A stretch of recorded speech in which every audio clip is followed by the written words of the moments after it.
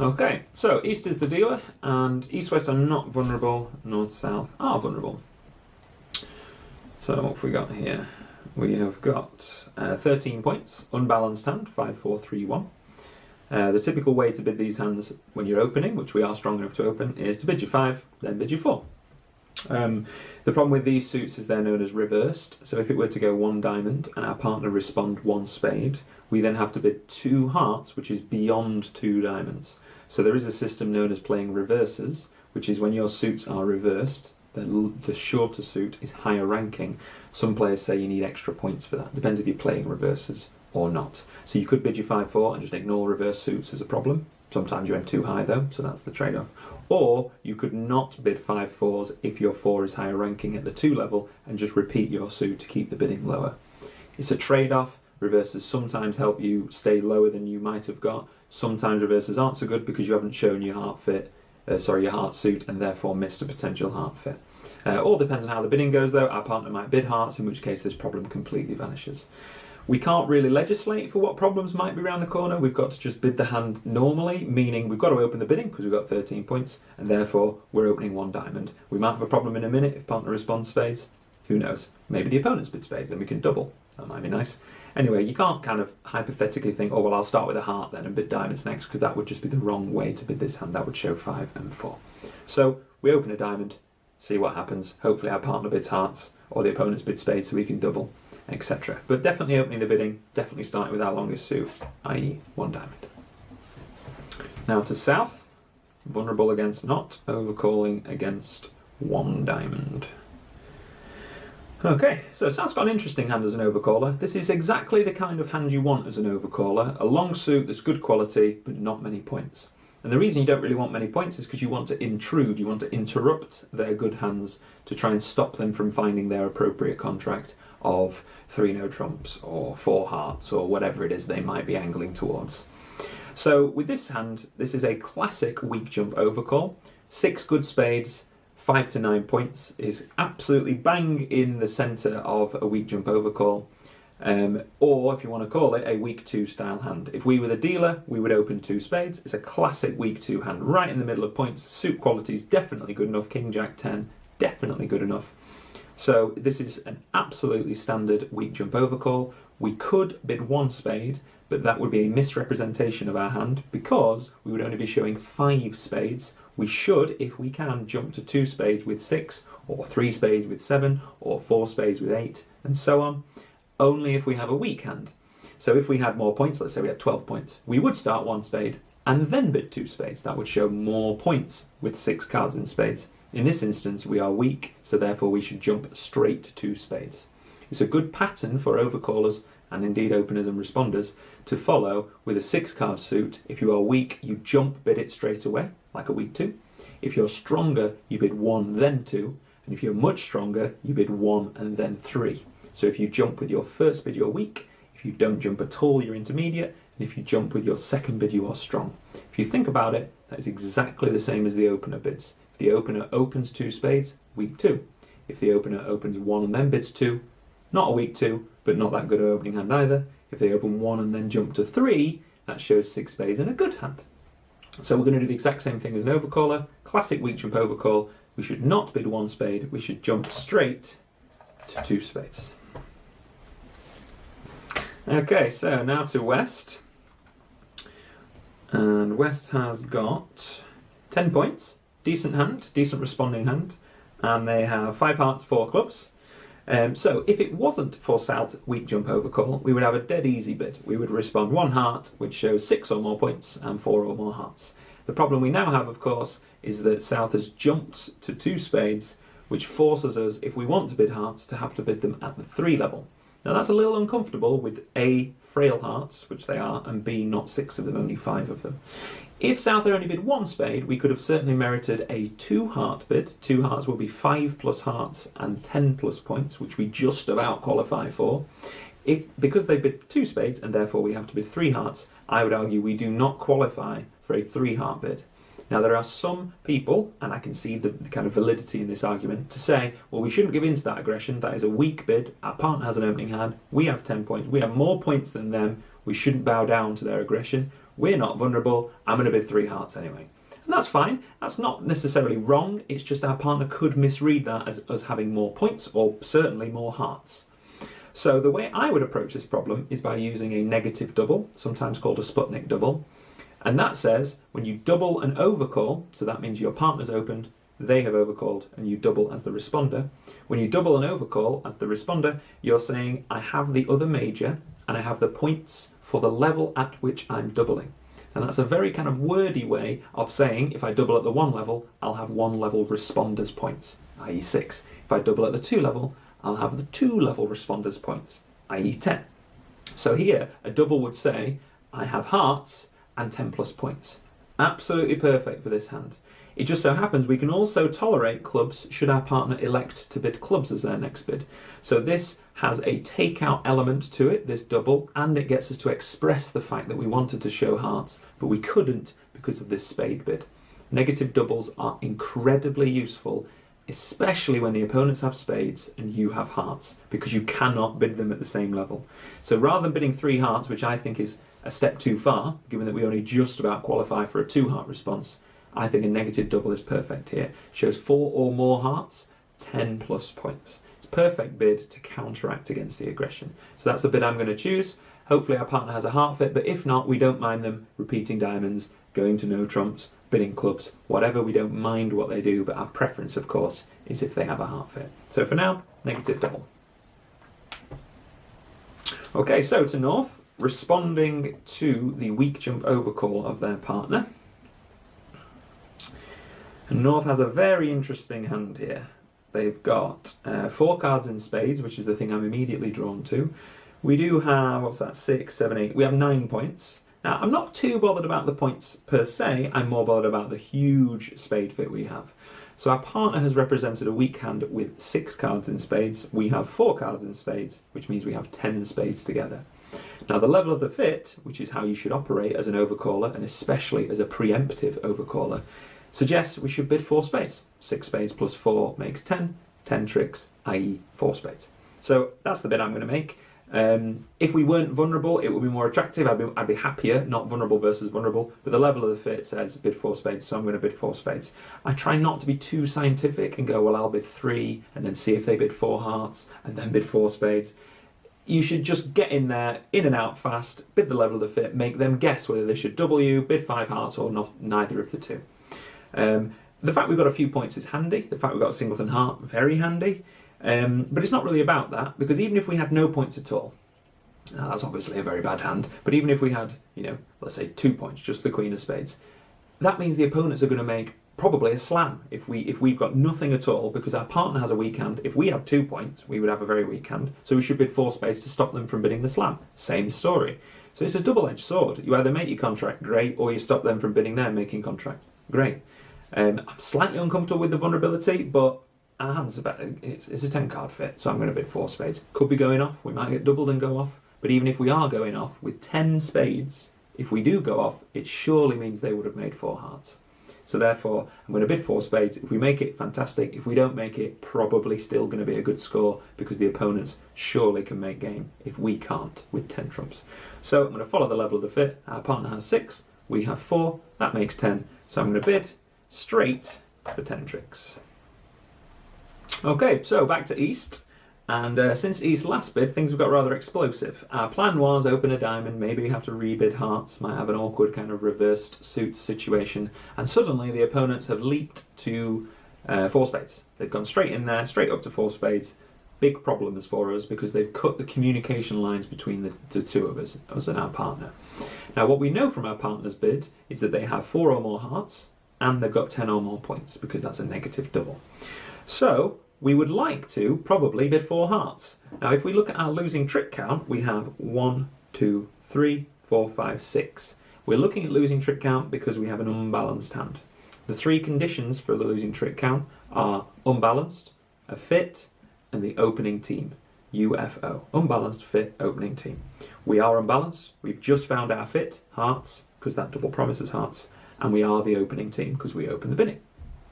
So because we have all those conditions met, we would follow the losing trick count. We would go, well, we've got 6 losers, we're 1 better than our partner knows because they think we've got a 7 loser for an opening bid, so we should bid 1 more in hearts, i.e. instead of bidding 3 hearts, we would bid 4 hearts, right?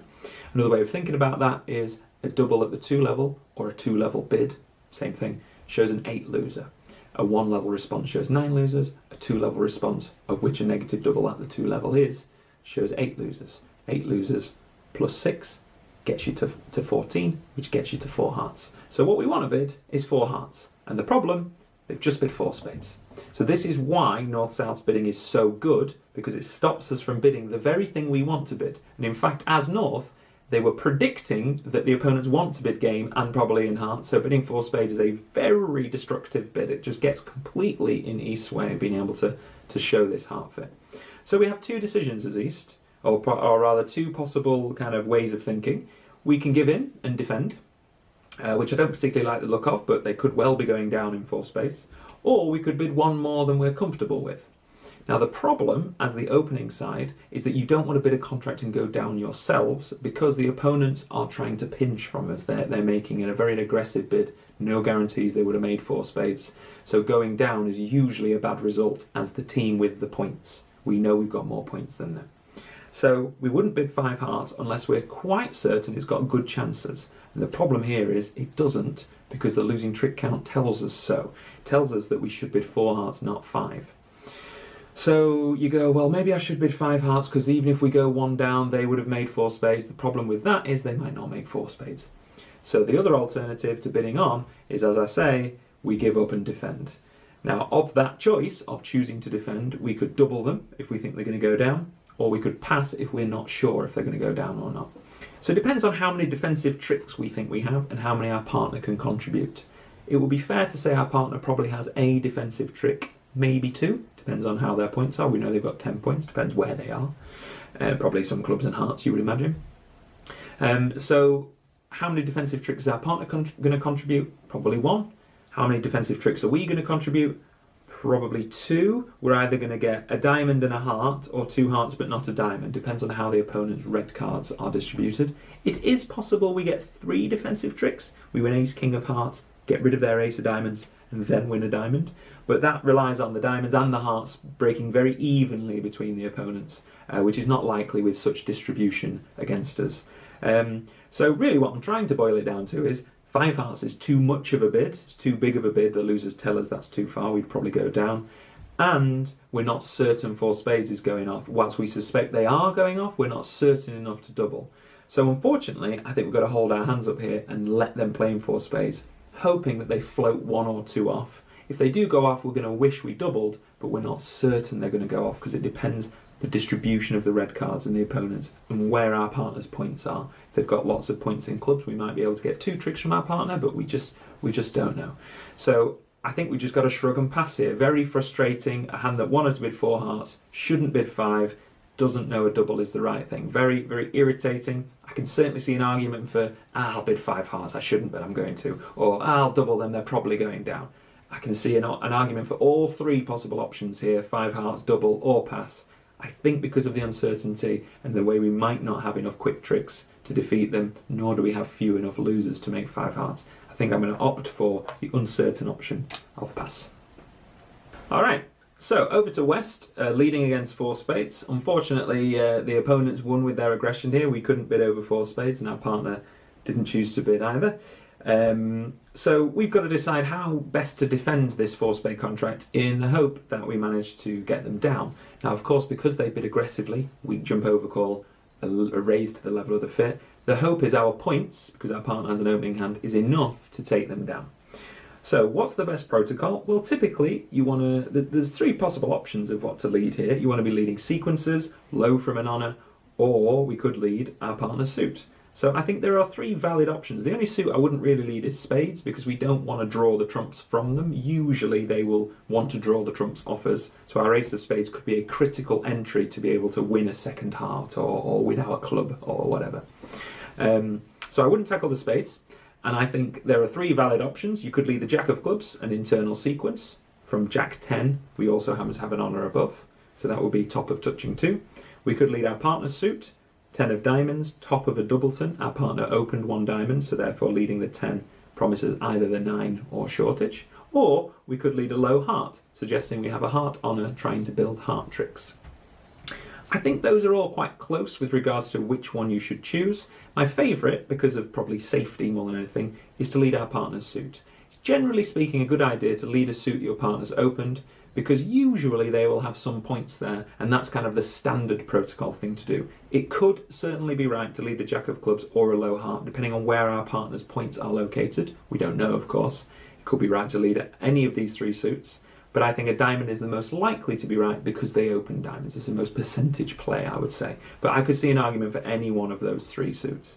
So I'm going to suggest we leave the 10 of diamonds because it's our partner's suit, but could easily see an argument for a jack of clubs or a low heart either. I'm going to say partner's suit. If anything, at least we've led their suit, we've remembered they've picked diamonds. So I'm going to start with the 10 of diamonds. Okay, so down goes the dummy.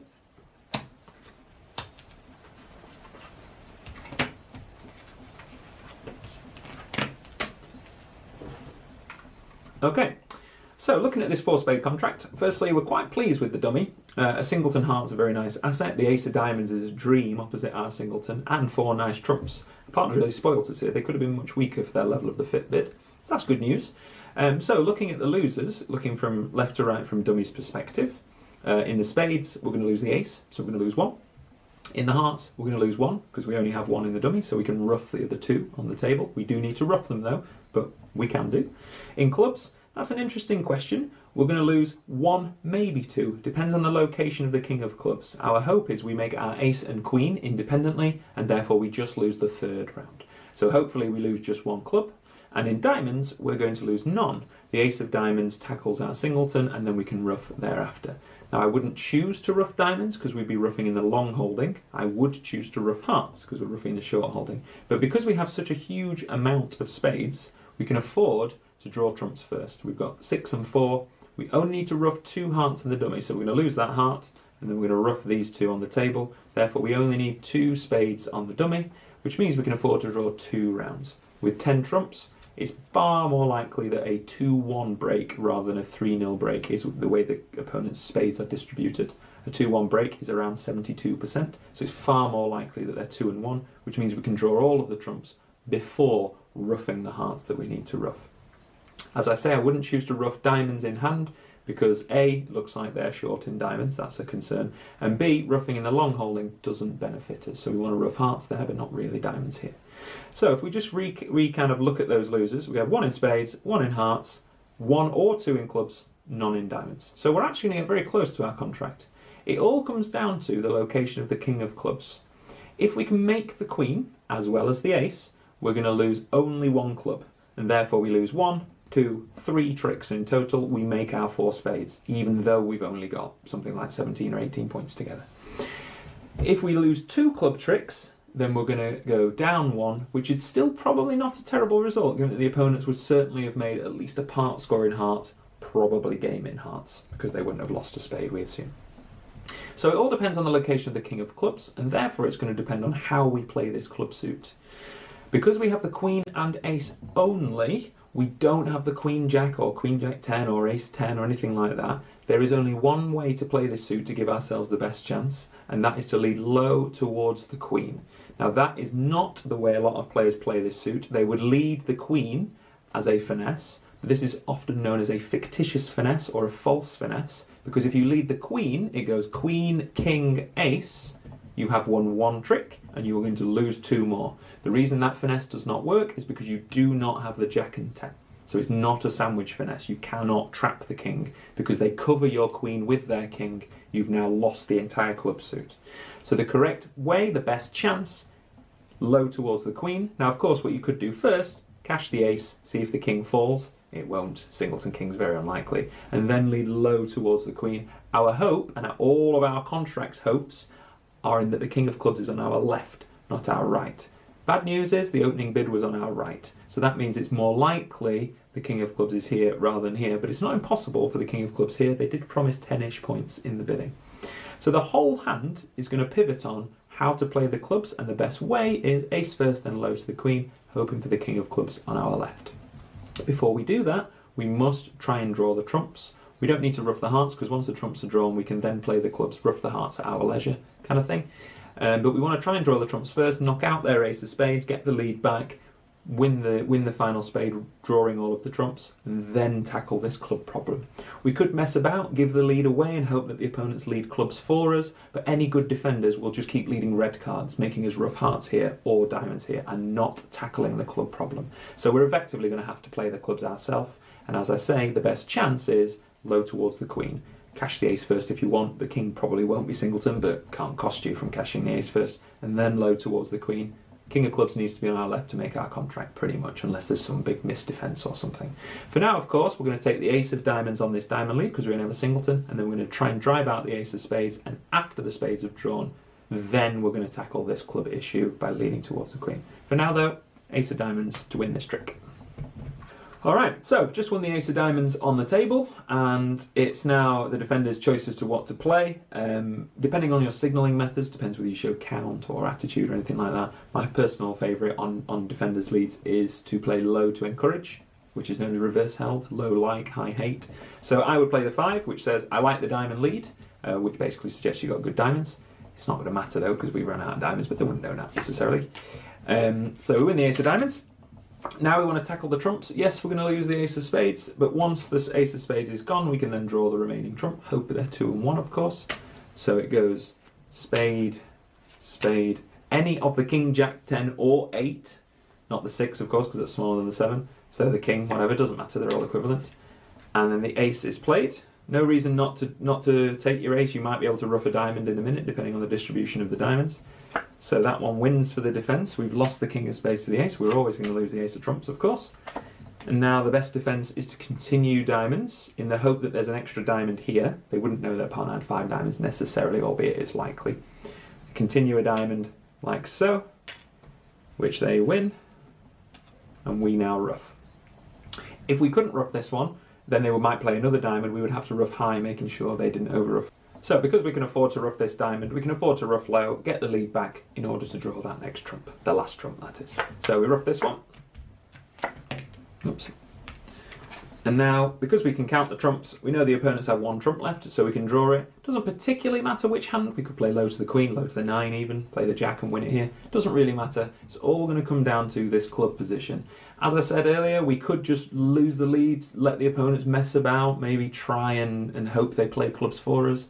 But any good defenders will just keep playing hearts or diamonds, making us rough here or there. They won't give anything away. So I'm going to tackle the clubs myself, not assuming the defenders misdefend. You could try it if you want to, but it shouldn't yield anything. So we draw the last trump, like so. They're going to throw something away. The only thing I would suggest they don't throw away is a club, saying they don't like or they do like clubs, because that might help them. They could probably throw, I don't know, a low heart, saying they like hearts. It's not going to matter particularly in this instance. They throw a diamond, we might be able to rough diamonds good or something, so they should probably keep their diamonds. As I say, it's all going to come down to the club position, and the best way to play the clubs is towards the queen. So we cash the ace of clubs first. You never know, might be singleton king of clubs, very unlikely, but you might as well try for it. And also, you might see a defender give a signal. So let's say that defenders were playing attitude signals. You might see this hand play low to discourage or high to discourage. You might get some information.